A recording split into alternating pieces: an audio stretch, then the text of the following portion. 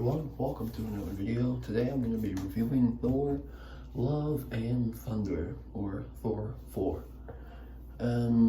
So, I just thought this movie was okay. It was not good like Infinity War. It's not bad like Thor the Dark World, like the last Thor movie, but it's just okay. It's not as bad as people say it is, you know, like other channels saying it's just like a huge mess. It's just very okay. There are some things it does very well, and there's some things it doesn't really do well that much. Now I'm just like gonna go through those things. Now we're gonna go through the pros first. Like the first pro I can think of is Thor and Jane Foster's relationship. So I think the relationship is great in this movie. Like, it's to the point. It's very strong here. It's very strong. It's very on the point. From where the last movie fell off, I feel like the relationship was kind of stale for like the Thor movies, and then this one kind of like exhaled it. Like, did it well, did it very well. Yeah, it gets very serious at times, which kind of segues into the way how the first con is that this movie leans too much on comedy.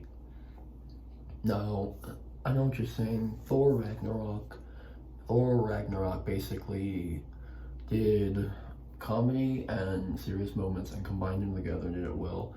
I feel like this is a lesser version of Thor Ragnarok. It's because they just lean onto comedy too much. Like, there's just constantly jokes constantly, and I feel like that kind of take away from the moment. And the thing is, these jokes don't really land at all. Like, how they reference Guns N' Roses a lot in the movie, like so much, like posters, backgrounds, you know, whatever.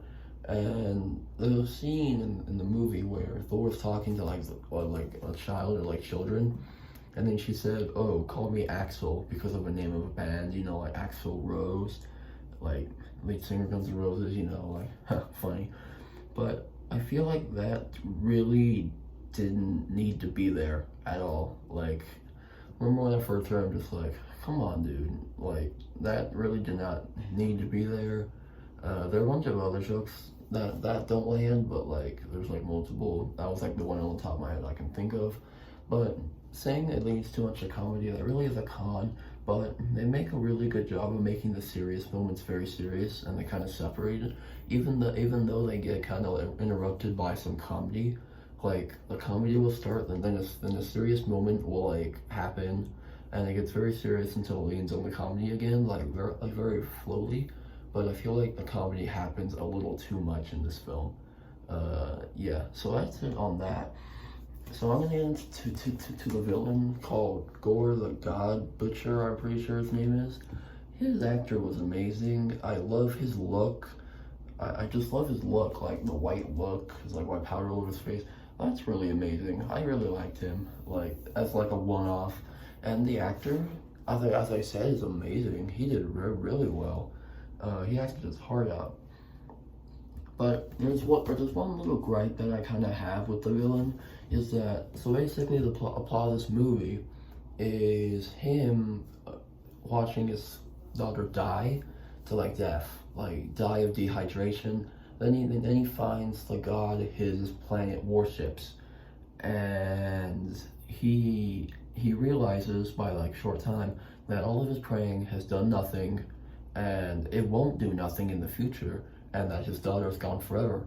So he gets the necromancer sword or whatever it was from Null, which is basically defeated by this god, and then he stabs him. Then the thing, you know, since in the comic lore, the sword is a parasitic organism, and it infects the person, and so it infects Gore, and then he basically, like, you know, gets evil and stuff. And then he said he wants to get all gods, and fine, it's basically a wishing well in like in like the center of the universe, I guess.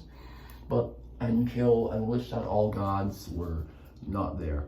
But there's one little gripe I have with that. If you knew there was like a wishing well at the thing, then why wouldn't you wish for your daughter to come back? That kind of is pretty simple. Like, like I don't get why you want to eradicate all gods.